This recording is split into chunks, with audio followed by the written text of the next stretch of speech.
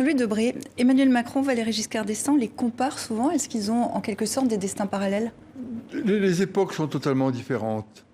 Lorsque Giscard arrive, il y a un monde qui se termine. C'est le monde de l'après-guerre, c'est le monde marqué encore par la résistance et une classe politique qui est issue de ce monde de la résistance. Et il incarne une nouvelle classe politique.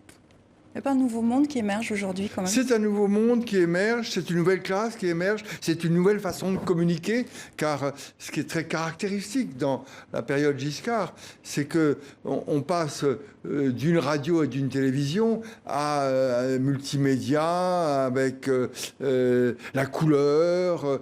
Tout change, la politique change, la façon d'appréhender la politique change. Et puis, il y a de nouvelles aspirations.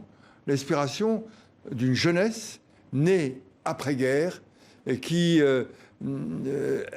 espère et aspire à plus de liberté. Donc un parallèle quand même peut-être malgré tout dans cette société en évolution. Avec, à la fin de Giscard, se termine une période de mutation. Le monde rentre à nouveau dans des interrogations, des crises économiques, des crises financières.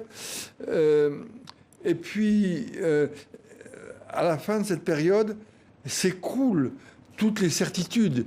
Le monde divisé en deux parties à la suite des accords de Yalta, c'est la mondialisation. Et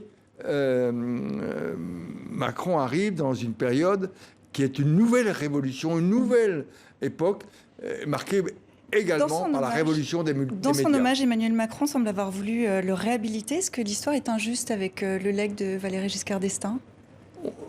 Qui est injuste avec... L'histoire, ce qu'on retient de lui. Mais vous savez, l'histoire est toujours injuste avec celles et ceux qui ont marqué.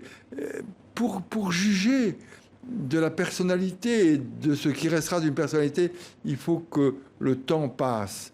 La difficulté pour Giscard, c'est que ça fait 40 ans, oui, depuis 81, il n'est plus président de la République, mais il était toujours là.